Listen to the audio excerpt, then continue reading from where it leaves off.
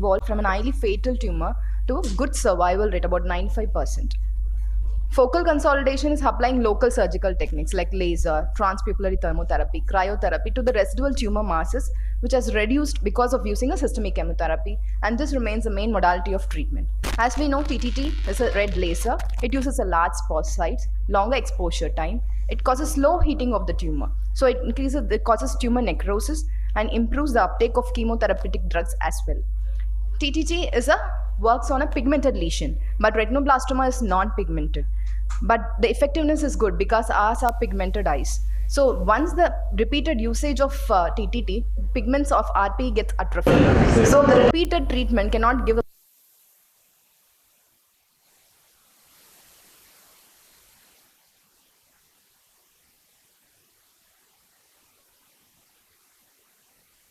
coincides with the diode laser emission of 810. So these complementary peaks should theoretically work on, and that's what we have tried. And this is our paper. It's a prospective study from November 2020 to May 2022. 70 patients in this study period had 40 of the retinoblastoma were diagnosed at this period. 42 had systemic chemotherapy and focal consolidation. Of these, 8 patients showed persistent reactivations. So 10 eyes of 8 patients entered the study. All patients underwent examination under anesthesia. About 0.3 to 0.5 milligram per kg body weight of ICG was injected 1 minute before the initiation of TTT. At slightly higher power, the previous standard TTT power was used, and the red cam was taken for all the patients. Patients' details like age, the mode of treatment given, the treatment conventional TTT, the number of sessions used, and the ICG enhanced TTT, the power, everything is recorded. So the results: 10 eyes of 8 patients were included, 7 were bilateral. Mean age was 9.6 months and the median was 9.5. Group as per the classification, age of each tumors were included. All patients received 6 cycles of standard chemotherapy. Our conventional standard TTT, those who received about 2 to 8 times, and the mean was about 4.7 and the median was 5. ICG enhanced session ranged from 1 to 3, the mean was 2 and the median was 2. The power ranged from 250 to 600. About 8 patients showed complete regression. The event-free follow-up ranged from nil to 18 months. The mean was 6.4 months. Additional treatment was given like additional systemic chemotherapy, intravitreal chemotherapy, and one eye has to be enucleated because of the poor response. Of the 7 patients who were bilateral, 4 patients are already enucleated, and 3 babies had vision-threatening visual sequelae. So the success of the treatment is that 70% showed complete regression. Of the 8 babies, 7 babies did not require restarting of systemic chemotherapy. The treatment-free follow-up was nil to 18 months. The mean was 6.4 and median was 4. 60% showed complete regression.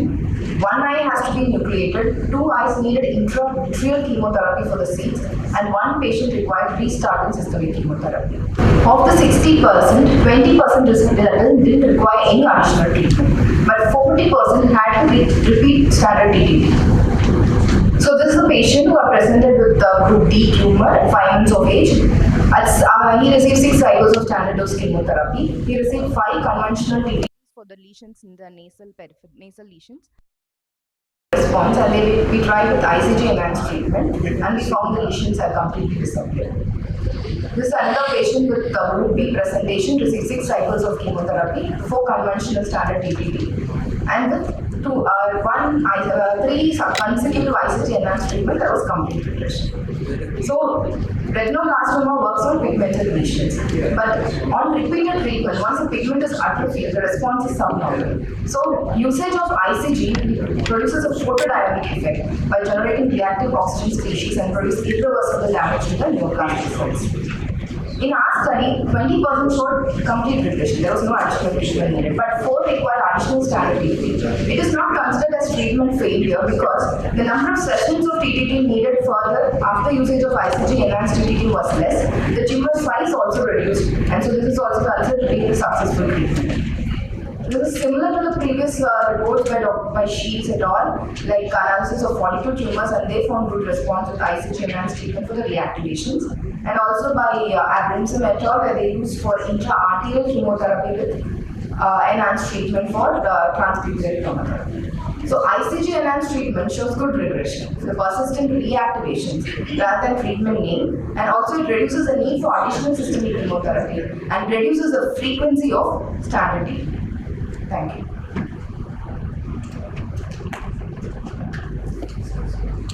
There were 4 cases which were enucleated, you said. One line was enucleated. Only one line was enucleated. The previous, of the bilateral patients, 4 patients were enucleated. The other eye was included for the study. One eye was enucleated. So did you see the histopathology of that eye? There were any high-risk factors?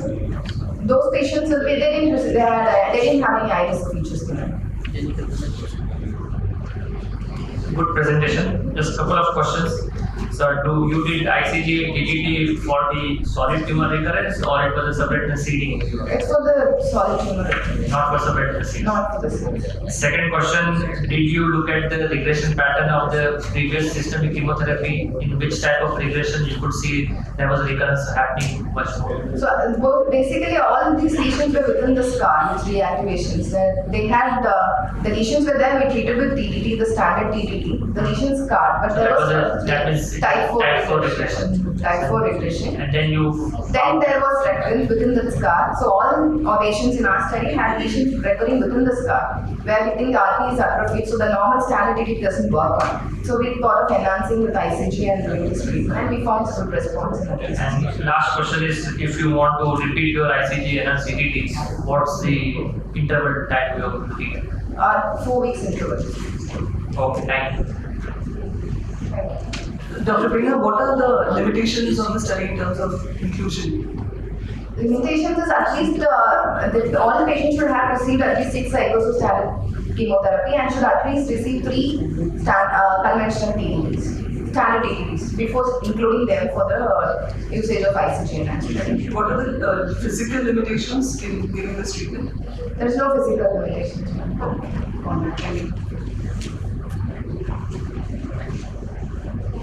The next speaker is Dr. Pooja Maitra. She'll be talking on impact of mass genetic testing on a single day for RB1 mutation in patients of retinoblastoma. Good morning, everyone. So genetic testing currently offers limited therapeutic advantage in most inherited conditions. But in retinoblastoma, genetic testing has a significant role and can alter the prognosis and management of the entire family. Now, in India, the affordability limits its use and often makes us excluded from routine investigations in retinoblastoma care. Now, apart from awareness activities, on the occasion of World Retinoblastoma Awareness Week on 13 May 2017, we organized a mass genetic testing facility free of cost for the patients under our care who would otherwise not affordable for such testing. We did a pedigree analysis and collected peripheral blood smear from the patients, their parents and siblings. Genomic DNA was isolated and sequencing PCR was performed. MLPA was also performed, and if the mutation was identified in the proband, the parents and siblings were screened for the presence of the same mutation. Coming to my results, on the same day we had collected 411 blood samples, out of which 113 were from the proband. 49 were bilateral tumors, 64 were unilateral. Out of 162 eyes, 119 eyes had advanced retinoblastoma at the time of presentation. 69 eyes, we did group salvage in 69 eyes, and 93 eyes had to be enucleated, out of which 12 eyes showed high-risk features on histopathology. Now, 61 patients showed the presence of a germline mutation, and this included 10 novel variants as well. This is the spectrum of the mutation from our patients. Splice was the most common, followed by nonsense and frameshift mutation. 21.8% of the unilateral patients showed a germline tumor. Now, overall, out of all the mutations, 74% were de novo germline and 26% were familial. Now, interestingly, of these 26 percent, which is 16 cases, 11 set of parents were unaffected, which indicates a low penetration mutation. They were maternally inherited in 4, paternally inherited in 7, and 2 of them were novel variants as well. Now, low penetrance variance RB explains the phenomena of inheriting a potentially deleterious variant from an unaffected parent, and this is because of a residual PRP functions and usually associated with splice and missense mutation, which were 4 out of 11 and 2 out of 11 in our cohort respectively. So overall, nonsense mutations are reported to be the most common type, but it was the second most common type in our cohort after altered splice site mutation. Nonsense and frameshift mutations tend to develop bilateral retinoblastoma, and splice mutations are likely to be associated with a milder phenotype or with a unilateral retinoblastoma, and the same was noted in our study as well. Now let's look at the impact. What changed for the scientific community? So we had a germline mutation detection rate of 53.6%, which is higher than most of the reports in the literature. And we had this increased sensitivity probably because we did Sanger sequencing and MLPA together. 10 of our mutations were novel variants. Now, we had a high proportion of splice mutations in our cohort, which is associated with a milder phenotype, and that could actually explain the high mutation detection rate in the unilateral cases in our cohort. So what changed for the mutation negative? So in the absence of genetic testing, unilateral cases require other eye surveillance up to 7 years of age, and some of them requiring frequent EUAs. Now 50 of our unilateral patients who tested negative for germline mutations were free from frequent EUAs for the other eye surveillance. And even with a modest estimation, including the GA cost and the cost of travel, it could still save a lot of money for the family. Additionally, these patients were free from the risk of second malignancies and tumor in their future progeny, which is 1% versus 45% if the mutation was positive. What changed for the mutation positive patients? In the unilateral cases, we could accurately assess the risk in the progeny, and this had future implications like prenatal genetic testing. And more importantly, unilateral tumors with germline mutation was advised closer surveillance for the other eye because of the detection of tumor at an early stage and treatment, which could be of vision salvage as well. So what changed for the sibling? So one patient in our cohort was diagnosed at 1 month of age with bilateral retinoblastoma, had no family history, and on genetic testing had a heterozygous deletion of the whole RB1 gene. Now the same mutation was detected in the father, and subsequently her sister was born in 2021, underwent screening at 5 days of age and found to have a unilateral tumor for which she was treated with maximum salvage of vision. So what changed for the family? An initiative such as this encouraged the interaction between the impacted families and led to the formation of a sort of a cancer support group, which is otherwise rare in India, wherein families of survivors provided motivation and courage to the families of the newly diagnosed patients. And the continued impact of our initiative was seen by the enthusiastic number of families attending the annual retinoblastoma awareness program even in the subsequent years.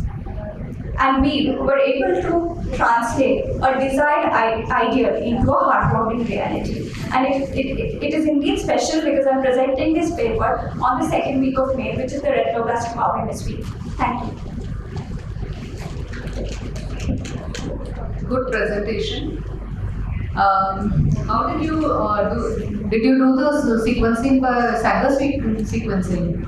Yes, by Sangers and then MLPA, multiplex protein. And how did you outsource it or you did it yourself? So we have a lab which is not in-house, but it is an admin lab in another center. So all the blood samples were transported, 411 blood samples were transported, and they were processed within 1 week, stored with EDTA and then they analyzed and... They analyzed it, and the post-test counseling was also given subsequently. So we segmented patients who needed the counseling earlier. Like some of them had, the mother was pregnant again and needed an answer. So we sort of streamlined in that way. And it was very difficult to pull in because we needed the mother and the father both the samples. And in retinoblastoma, one of the problems we face is sometimes there are broken families. So to bring them together was a real challenge on a single day. Good presentation. Just one question.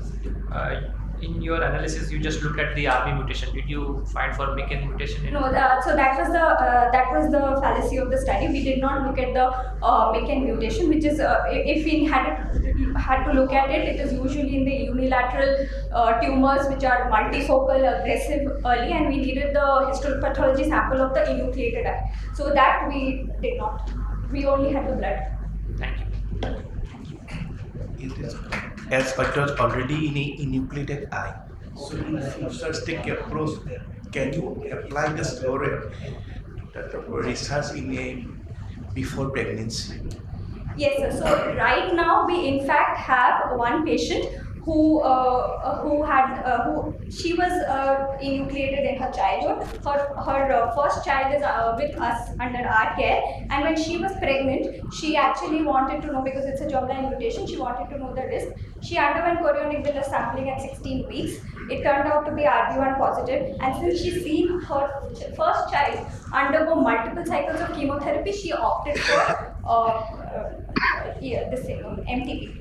Yeah, before 3 months of Yes, age, yes. you can. And now- old one, that technique. So And you now we can are incorporate actually also. offering this to our patients, and it is surprising how so many of patients who are otherwise we feel unaffordable, that they may be unaffordable for prenatal genetic testing, are opting for it, because if they have seen one family member go through the trauma of chemotherapy and all the other treatment, they really feel that it is wrong. Yes, if you looked at all that expenditure, then I think it's very, very helpful. Yes. Thank you so much.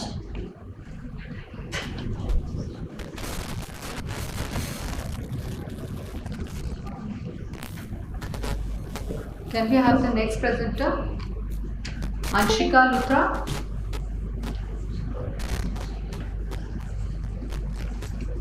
Okay. Do we have Shefali Chahar?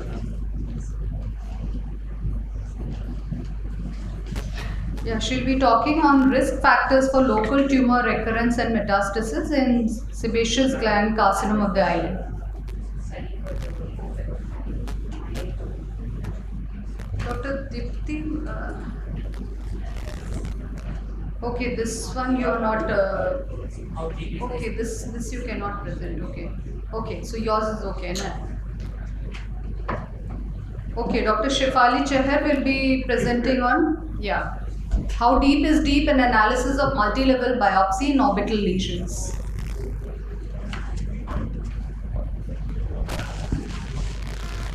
A very good morning, everyone, respected judges, seniors, and my dear friends. Thank you so much for this opportunity. The topic of my presentation is an analysis of multi-level incision biopsy in orbital lesions. I'm thankful to my mentors for their constant support and guidance. I have no financial interest. So orbital tumors, as we all know, orbit has a wide range of structures present, which can be a site of origin of any number of tumors. Surgical orbital biopsy is the gold standard for accurate diagnosis. It can be an excision biopsy if the tumors are amenable to complete excision, which are the well encapsulated tumors, or an incision biopsy where the tumors are not amenable to complete excision, like infective, inflammatory, and many neoplastic conditions wherein we just need a diagnostic biopsy or for the debulking of the tumors.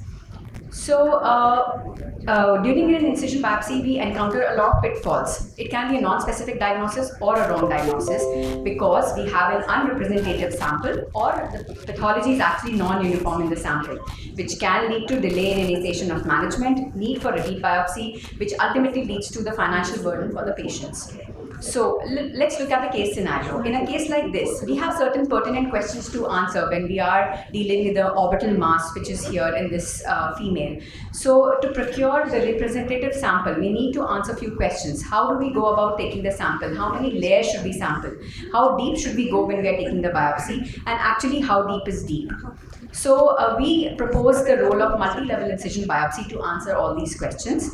How many layers? We have to go through the superficial, deep, and the deepest layer of the sample, going beyond the epicenter of the lesion, which is actually defined by radiology or imaging of the sample, and this is how deep we should go.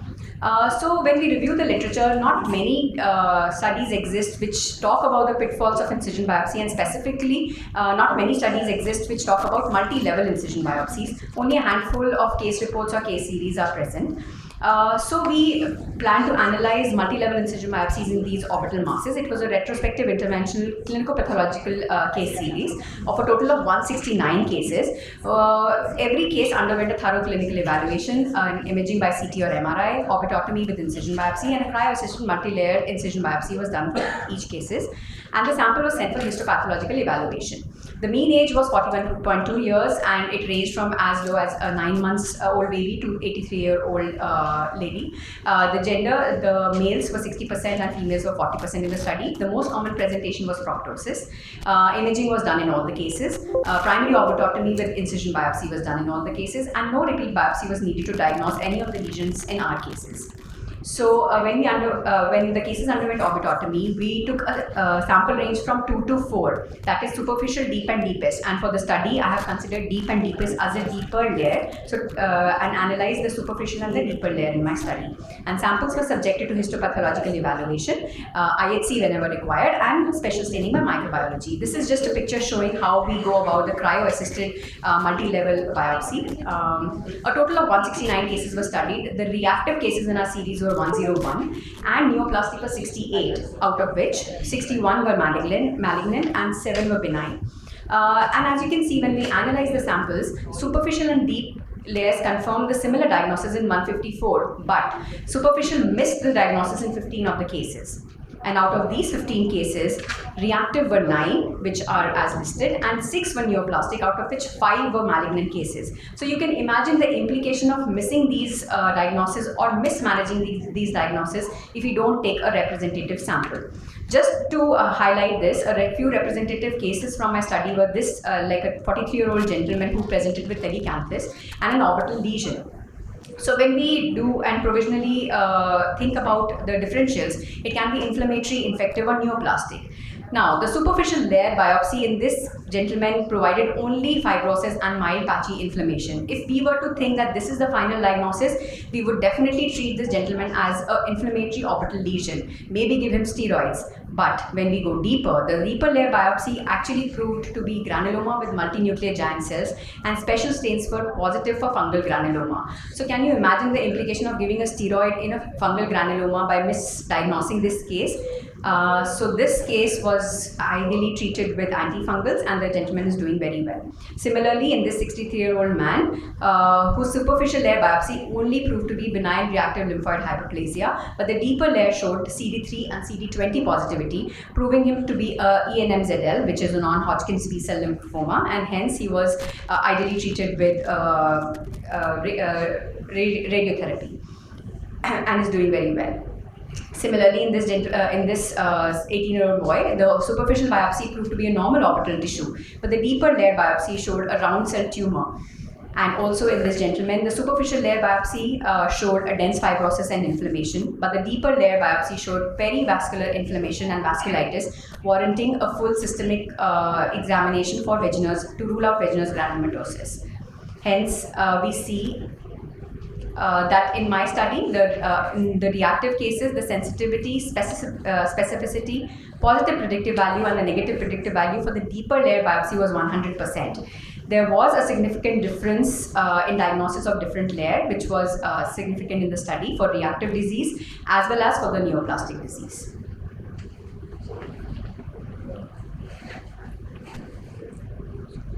There is dearth of literature commenting on the misdiagnosis of the orbital lesions on incision biopsy, and to the best of our knowledge, no author talks about procurement of representative samples using the multi-layered approach. Hence, as a protocol, we propose that orbital incision biopsy must be layered with samples obtained from the representative area. Radiology must be done to diagnose the epicenter of the lesion, and the biopsy should be taken beyond the epicenter of the lesion. Thank you so much for your patience. Okay, thank you for nice presentation. But superficial biopsies, yeah, you can miss out many a times. But the round cell tumor which you showed in the superficial biopsy, you just had fibrosis. Ma'am, normal orbital tissue. Normal orbital tissue. Yes. So it's very unlikely if it's a round cell tumor, if you have gone in the representative area, even in the superficial biopsy, you should be able to see some. Ma'am, not the representative area, but if we just go on the top of the lesion and we just take a sample which is not even like that much in size, Probably that's why it was missed in the more superficial layer, and the deeper layer proved to be the round cell tumors. Also, if we go too deep in round cell tumors, ma'am, like especially the tumors which are very necrotic and like outgrow their blood supply, the deepest layer will actually give a necrotic sample. So there, actually the middle layer is what gives us the diagnosis. So hence we propose that it should be like multi-layered, so that we don't miss any diagnosis because of the non-uniform pathology of the tumor. Yeah, that's true. Actually, you should have the biopsy from the representative area. Many a times we get the biopsy and you just have fibrosis and mild inflammation. You don't get the tumor or whatever the lesion is. Like in lymphomas also, Yes. it is definitely, we all know that it's a non-uniform pathology. So one part of the sample might just be a benign Just the reactive fibrosis or hyperplasia. reactive. Yes. Yeah, thank you. In your all cases, that histopathology was done in one center? Yes, or- sir. By one center, by one ocular pathologist. And about the technician, a single technician or double technician? Sir? What Single about the technician, sir. technician? Same technician, It's same very team, sir. important, The yes. entire, all the cases, same surgeon, same ocular pathologist, same technician, and the same lab. You just don't have one technician. You will have multiple technicians, but it should be one center. Yeah. If you send all the samples to one center, Yes, ma'am. then you have a uniformity in the slide preparation and. Having an in-house pathologist, Dr. Costa Malay is there. So, Okay. yeah, so he is there at the site. So Definitely. he Yeah, only yeah. reports all the Very cases. important. But in other cases, in processing of the sample also one of the crucial. Sometimes due to the faulty technique, they may miss. Yes. The pathologist may miss Yes. those diagnoses. Okay. No, ma'am, open biopsy. All open biopsies, ma'am, and all multi-layered biopsies.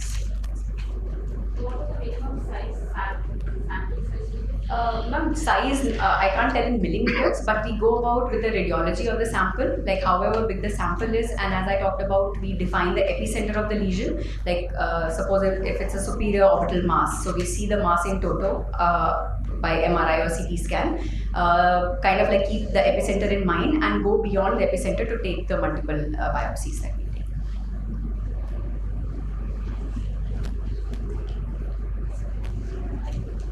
Yeah.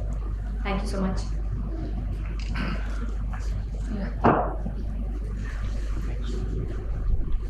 And next is. Yeah, so we can. Okay. Can we have the next speaker, Dr. Rolika Bansal? She'll be speaking on secondary super selective intraarterial chemotherapy in advanced and refractive retinoblastoma. Okay, next one. Next.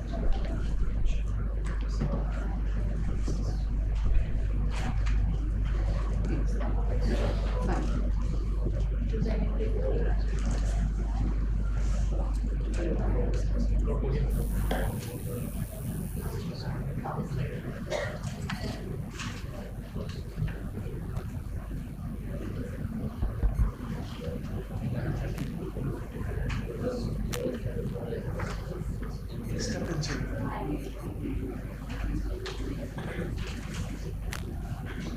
Yeah, now we can start. Yes, okay. Thank you. Good morning, everyone. So welcome to IOC, and I'll be talking on secondary superselective intraarterial chemotherapy in advanced and refractory retinoblastoma. We have no financial interests. So over the last century, as we have seen, the entire definition of mortality has reversed. The percentage from going from 98% has reversed to high survival of 98%. And a lot of credit goes to the recent advances in retinoblastoma, including the intraarterial chemotherapy, which basically means direct drug delivery to the ocular tumor, bypassing the systemic side effects through the ophthalmic artery, that is the super selective component, where the ophthalmic artery is hooked directly by the catheter. Several papers have been written, several studies have been done on primary intraarterial chemotherapy, and it has shown excellent results in group B, C, D, as well as in E. However, the spectrum of refractory or secondary refractory advanced retinoblastoma, the literature is quite scarce, and here we try to assess the efficacy and outcomes in these cases by secondary intraarterial chemotherapy, super selective and triple drug. So over here we have to understand that the concept includes the inclusion of primary intravenous chemotherapy before the procedure. That means that the systemic component has been covered. So a paper has shown that it is very important for the ocular oncologist to be wise enough to categorize that which case requires intravenous chemotherapy, which case requires IAC, and which case requires enucleation. So the questions that pop up in our minds are, is it safe to do IAC in advanced retinoblastoma? Are there any side effects of IAC? Can IAC be used instead of IVC? Cost effectiveness and logistics, what would it be? What are the chances of globe salvage, and will adjuvant chemotherapy be required in these cases? And what is the risk of metastasis in these cases? So we conducted a retrospective interventional study in 61 eyes of 58 patients with baseline advanced retinoblastoma. These are refractory tumors or the cases with recurrences, with or without vitreous seeds, with no baseline metastasis. A mean number of 2.5 IAC cycles were given with the triple drug regimen, that is topotecan, carboplatin and melphalan. Majority of our cases belong to group E, that is 46%, and however the indeterminate category is when the patients presented with treatment elsewhere and did not have a baseline grouping. So as you can see over here, this is a patient who presented with a recurrence, that is after 3 months, and IVC6 have been done. Excellent response with intraarterial chemotherapy. Another patient which presented with a huge tumor which is resistant to focal therapy. You can see that 15 IVCs have been given. Excellent response with IVC, and later all we had to do was focal therapy. Another patient with peripheral recurrence, huge peripheral tumor, 12 IVCs have been given baseline. Excellent response with IVC, and so was the response excellent in patients with a recurrence over like a calcified mound, as you can see over here. Even over the optic nerve head recurrences, patients have responded extremely well. Here you cannot go ahead with focal therapy. Another patient over here, you can see that there was no resolution. So we had to be wise enough and go ahead with enucleation. Another patient here, massive recurrence, intravenous chemotherapy, 15 sessions, good response with 1. 2, a little bit of activity, you can see. 3, you can see that it is increasing, and it eventually increased. So we have to be wise enough and go ahead with enucleation in these cases, or in cases where the anterior chamber seeds were increasing. A globe salvage of 54% was seen in our patients, which is quite a high number. These are the patients who are, the parents are going to undergo a psychological impact otherwise. And the enucleated eyes were 28 eyes, which were due to refractory tumors majorly, and histopathological risk factors are present in only 9 eyes of all the eyes that you have seen over here, which could be majorly massacroidal invasion. So histopathological risk factors, as you can see, were seen in very few of these cases. A survival analysis, a Kaplan-Meier, was done, and it shows that at 5 years, the globe salvage is 54%, and at 1 year, it is 82%. So we are able to achieve a high globe salvage with these in these cases. A follow-up at 40.3 plus minus 25.4 months showed a globe salvage of 47%, eye salvage of 54%, life salvage of 98%, and vision salvage of 47%, which is quite a high number. A study has been done which shows that there's a major cost effectiveness gap between IAC and IVC. IAC turns out to be highly expensive, and it is worldwide the same. Another study has shown that on a 3-year follow-up, they saw that IVC plus IAC did not have much of a difference than primary IAC. And we have seen that in 1990 as well, a study has been done which has shown 57% globe salvage in secondary IAC, and another study which is an absolute recent study which has also shown 54% of globe salvage. However, in their cases, there were metastasis present in few of the cases. So what we can see is that, is it safe to do IAC? Yes. However, an IVC cover is recommended. Are there any side effects? We did not observe any of the side effects in our cases. Wise decision making is mandatory, and cost effectiveness, yes, it is relatively expensive, so it requires a multidisciplinary approach. And globe salvage is 54% chances. We must do PEC regimen in all the cases, and life salvage was obtained in all the cases. Sometimes all you need is a second chance because time wasn't ready for the first one. Thank you very much. In this study, apart from the finance, what are the other drawbacks? In your study, apart from finance, you already mentioned financial is in our country is one of the big issues. Apart from financial, what are the other So the logistical issues that we face are that when we do an examination under anesthesia, we do it under our setup. However, this requires a multidisciplinary approach, multiple involvement of doctors. We have to arrange it at a higher center. So that was the one logistical approach where we have to convince the parents that you're going to be fine, and we have our team going along with the patients over there to take care of them. So it's like a psychological support always ready with them at the other center. And it has to be done by an interventional radiologist. So the drug delivery is under our presence. We make sure that the drugs are made by us, so there is no hassle. That lab facilities, Right. cath lab facilities, and radiologists, that big issues to be. So Right. fine. One question, Malika. So, what was the mean time between your IDC and the start for the second day IAC? The mean time, the time interval, sir. So it varied. In cases where we were planning a bridge IAC, in that case where there is advanced retinoblastoma which hasn't resolved with IDC isolated, there we have taken bridge IAC. However, in patients where there is a recurrence, there was a time lapse which was around 6 to 9 months, and even in cases which were 2 years gap. So if I take a mean gap, that would not really be fair to generalize amongst all cases. Thank you. Thank you, sir.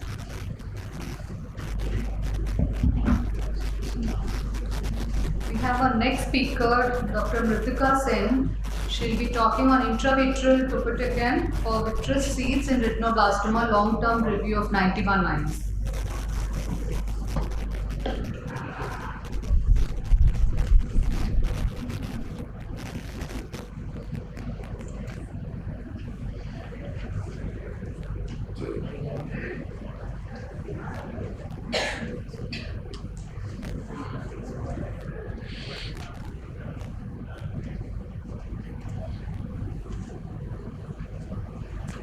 Good morning, everyone. I'll be discussing about our study on intravitreal topotecan for vitreous seeds in retinoblastoma. The authors have no conflict of interest. So as we have seen from the previous papers that retinoblastoma is one of the most successfully treated childhood malignancies. However, vitreous seeds remain one of the major causes where enucleation is required, because these are tumor aggregates of tumor cells which are found in the avascular vitreous, and they are relatively resistant to the traditional intravenous chemotherapy. With the advent of intraarterial chemotherapy, the outcome has been better, but it is intravitreal chemotherapy that has been a game changer. Melphalan is the drug that is most commonly used. However, it is associated with number of complications, especially in pigmented eyes, that is like us. And there has been proven reduction in the ERG amplitude as well. Topotecan is a potent drug that has been used in retinoblastoma both systemically as well as for periocular and intravitreal chemotherapy, often in association with melphalan. So the purpose of our study was to evaluate the efficacy of intravitreal topotecan in eyes with retinoblastoma, and to also assess the risk factors for recurrence of vitreous seeds. So this was a retrospective non-comparative interventional study on 91 eyes of 90 consecutive patients who were treated between 2013 to 2019 with a minimum follow-up of 12 months. So the dose was 30 microgram and 0.15 ml, and this was a 4-weekly regimen given by the safety enhanced technique. The primary outcome measure that we evaluated was the regression of seeds and eye salvage, and secondarily we also studied the risk factors for recurrence, visual outcome and complications. So the mean age was 24 months. Majority of the patients belong to group D retinoblastoma and 29% belong to group E. In terms of the type of seeds, recurrent and refractory seeds were equal in number. Morphologically, majority of the eyes had spheres, followed by dust and cloud. A total of 317 intravitreal topotecan injections were given, and the median period was 3 months, showing regression in 90 eyes at a median period of 2 months. The median number of injections required were 3. 17 of these eyes had recurrence at a median period of 7 months. Of these, 13 eyes had recurrent vitreous seeds along with recurrent intraocular tumor. Increasing age and recurrence of the main tumor were the risk factors which were found to be significant in terms of risk factors for recurrence of vitreous seeds. When we looked at the morphology, clouds were most resistant, requiring maximum number of injections, a median of 5. They were also the most refractory, nearly 27%, and 36% required tandem intravitreal therapy additionally along with melphalan. Dust was the most responsive, while spheres showed maximum number of recurrence, almost 24%. At a mean follow-up of 43 months, life salvage was attained in 100% of the patients, eye salvage in 84%, 14 patients had to undergo enucleation, and of these, only 3 had active vitreous seeds. So vitreous seed regression was achieved in 97%. In patients in whom we could evaluate the visual acuity, 53% had vision more than 20/200. Cataract was the most common complication which was seen. So although there are a number of studies which have been published on intravitreal chemotherapy, I'll be just discussing the recent and more relevant ones. Just using intravitreal topotecan, it was done by the same group in 2018 with 17 patients. They had 100% regression, but they did not include group E, unlike us. The median follow-up time was similar to the Shields group, where majority of them received intravitreal melphalan or tandem chemotherapy, and our results were actually similar to theirs, with vitreous seed regression achieved in 97%, life salvage in 100%, and eye salvage in 85%. So to conclude, intravitreal chemotherapy by a 4-weekly regimen is effective against refractory and recurrent vitreous seeds.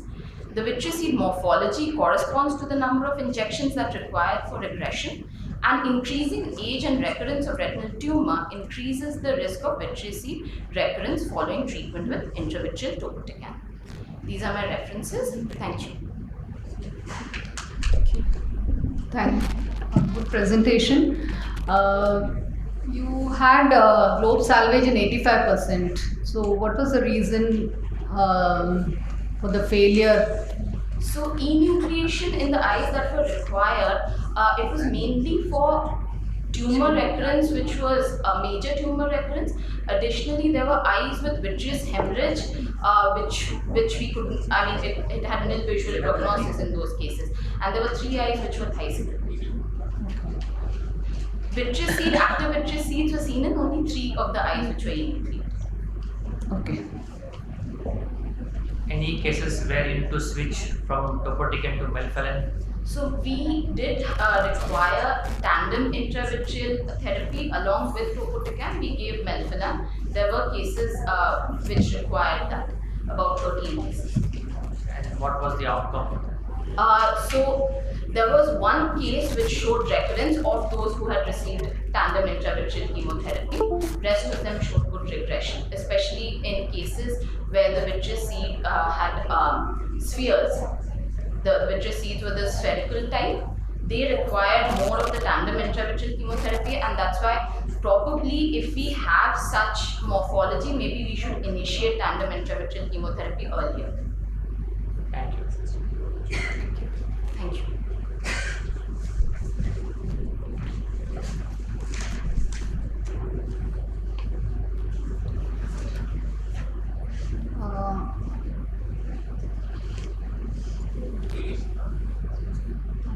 Okay.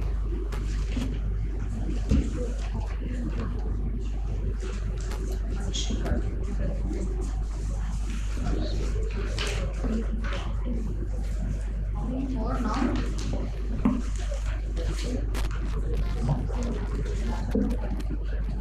No. Anshika, you have a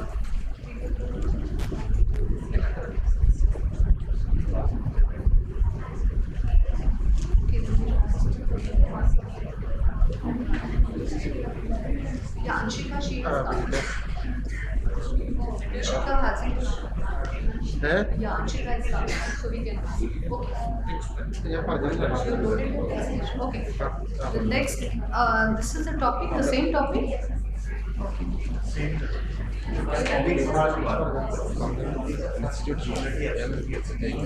Last one, Okay, long term outcome. So the next is after that.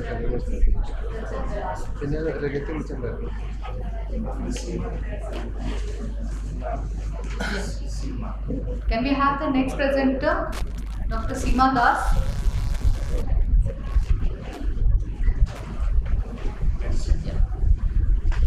She will be talking on time to diagnosis in newly diagnosed retinoblastoma interim analysis.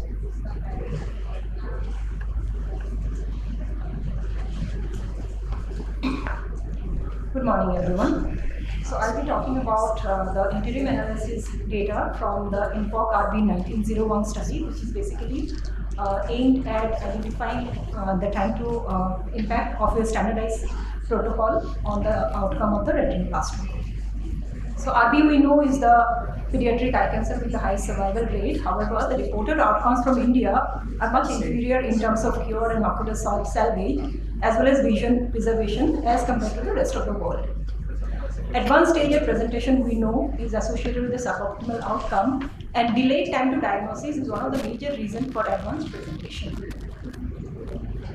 So just to understand the concept of what is time to diagnosis, it incorporates the parent lag time as well as the assistant lag time. Parent lag time is something where the family has noticed the symptom, but there is a lag between the noticing the symptoms and then going for the first consult with a healthcare provider. Whereas the system lag time is when the patient has come in contact with the healthcare system, how much is the lag time for the diagnosis and the initiation of the treatment. It is important to understand which factor is at major play here to address and optimize it to have improved outcome. So INPOC RB 1901 is a prospective collaborative multicentric study which is aimed at assessing the epidemiological clinical features as well as the outcome of RB in India following a standardized protocol, and this was the primary objective, and one of the secondary objective was also to understand the reasons for delay in diagnosis leading to advanced stage and presentation. So I will be presenting the interim data of the secondary objective. All the retinoblastoma treatment centers of India were invited to participate in this study, and they were given a standardized protocol to be followed for treatment, as well as the outcome following the treatment were captured. The events were captured as well as the epidemiological clinical data were captured. So there were 20 centers which had participated, were enrolling patients, and the study is still ongoing. Till now we have 1,000 patients which has been enrolled from the 20 collaborating centers. And the gender and the age distribution is by and large what has been reported from many other studies from the world. It's just that the age is little higher as compared to what we have found in most of the other studies. As expected, leukocoria has been the most common presenting symptoms, and laterality is also at par is what is reported in the standard literature. What is striking here that almost 20% of the present patients still continue to present at stage 3 and stage 4, that is extraocular and metastatic retinoblastoma. And almost 50% were stage 1 and beyond, means that at presentation, almost 50% of the eye were at a stage where you cannot salvage them.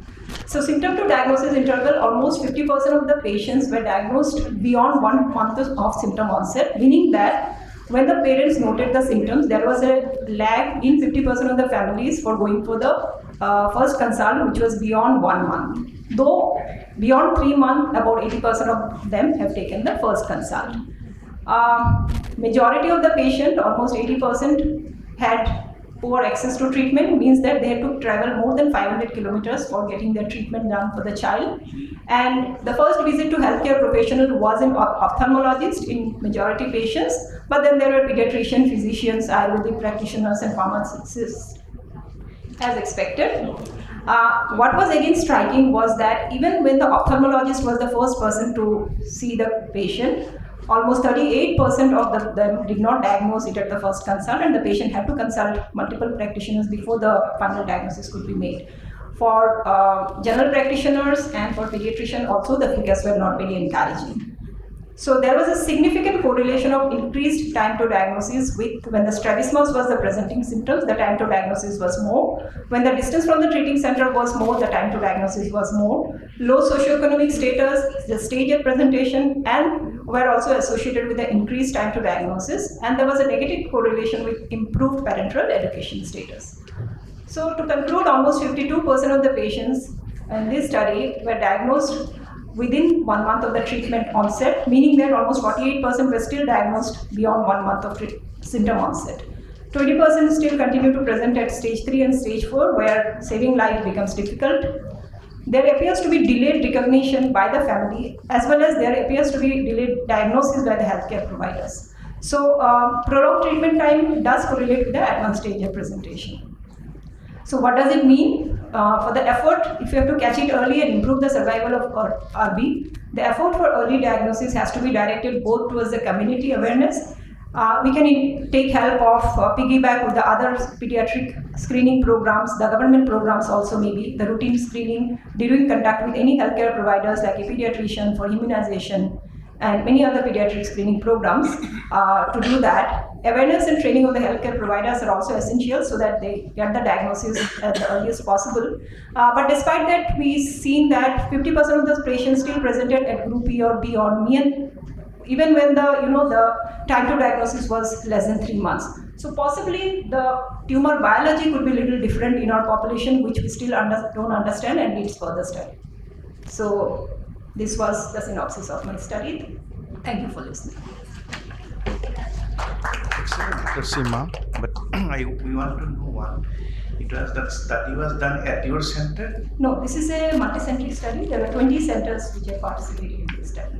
And I am presenting the data on behalf of the INPOC RB 1901 study. 20 centers. During the selection, are you looking all those centers from same socioeconomic category of the state, or what was your criteria to select those 20 centers? So these were all newly diagnosed patients. The centers which were already treating retinoblastoma, as per the database which was available, they were all approached to enroll their patients. So any newly diagnosed patient, irrespective of the socioeconomic status, who fulfill those criteria, where the treatment was not initiated before we had the kind of baseline data, were enrolled for the study. And this is the map which is, it's gone. So the centers were spread all across India. Across the India? Yeah. Good presentation. Just one question. I think it is an eye-opener that 20% of cases still present with stage 3 and stage 4. So from your data, can you just pinpoint and let us know from which state or from which center these patients are coming, so that it's very important for the policymakers to identify that area, that community, and make sure that we reduce the frequency of. So that was the main aim of the study. Can we kind of identify the hotspots and kind of direct our intervention towards those areas? So we are in the process of further sub-analysis of the data. We have a fair idea, and rough interim analysis has been done. Most of the patients, in fact, belong to those 5 major, the BIMARO states as we call it, the UP, Bihar, Chhattisgarh, MP, some part of Rajasthan. Almost 50% of the patients belong to those states. And the major chunk of the stage 3 and stage 4 are also from those states. Thank you. Can we have the last speaker, Dr. Anshika Luthra?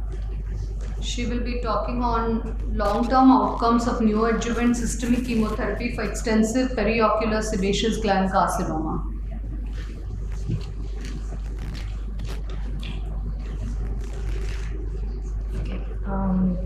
Good morning to the judges and everyone here today. I will be speaking on systemic chemotherapy for extensive periocular sebaceous gland carcinoma, long-term results. So, sebaceous gland carcinoma is a potentially aggressive malignancy arising from the sebaceous glands. It's most commonly seen in the eyelid because they harbor the highest density of sebaceous glands. It is the most common malignancy seen in Asian Indian population, ranging from 31.7 to 44.4% incidence. Comparatively, it is uncommon in the Western population as per literature, with an incidence of 3%. In Asian Indians, SGC is twice as common as basal cell carcinoma and 3 times more common than squamous. Its management depends largely on the tumor location, its extent, and the systemic status of the patient. While conventionally small, well-defined lesions are managed by excision biopsy, palliatoid invasion is managed by cryotherapy or topical mitomycin C, whereas extensive lid invasion is managed by EBRT. Orbital extension or extensive palliatoid spread is usually managed by exenteration, whereas extensive systemic metastasis was conventionally managed with observation and palliative care. So we conducted a computerized database search for patients of eyelid SGC from January 1st, 2000 to August 31st, 2022 at our center, and a retrospective study of 7 cases was done. The level of evidence was 4. We included patients with a regular follow-up of at least 1 year with extensive lid SGC along with orbital extension, intact globe and useful vision, the complete treatment of which would require an orbital exenteration or more than 75% loss of lid tissue, and those that received systemic neoadjuvant chemotherapy. Detailed workup including a meticulous history and ocular examination was done, and CT orbit and photographic documentation was done for all cases. Apart from that, local regional lymph node examination was done, and if a lymphadenopathy was present, the FNSE was done. For systemic workup, we included liver function tests, chest X-ray, as well as an ultrasound of the abdomen. Prior to the chemotherapy, an incisional biopsy was done to confirm histopathologically, after which the chemo was administered, the drug dosage, the number and the interval of between the cycles was noted along with any side effects. Post the chemotherapy cycle, the largest tumor dimension was noted along with the response of the tumor to the chemotherapy. Apart from this, other adjuvant treatment was also administered to the patients. So, of 351 cases of SGC, 18 patients were advised neoadjuvant systemic chemotherapy. Of these, only 7 exceeded to our inclusion criteria. The mean age at diagnosis was 53.1 years. It included 5 females and 2 males. The most common presenting complaint was a lid mass that was seen in all cases. The mean duration of symptoms was 19.89 months, and a previous history of excision was present in 6 of these cases done elsewhere. So the mean tumor basal diameter was 34.14 mm. The epicenter was located in the upper or lower lid, or even in the caruncle in one of the cases, and orbital extension was evident in all. As per the 8th edition HACC classification, they were all classified as T4, and some of them had no lymph node involvement, and 5 of them did, and 2 cases had a metastasis as well. So all patients received a combination of cisplatin and carboplatin, or carboplatin and 5-fluorouracil as neoadjuvant chemotherapy at a cycle of every 3 weeks. The purpose was to reduce the tumor bulk in 2 cases. In 2, it was to facilitate minimally invasive eyelid surgery, and in the other 3, it was to avoid an orbital exenteration. 3 cycles were planned in all cases, but the number was modified based on tumor response. So one of these patients showed a minimal tumor residue with 3 cycles, and thus a 4th cycle was given to achieve near total tumor regression with chemo.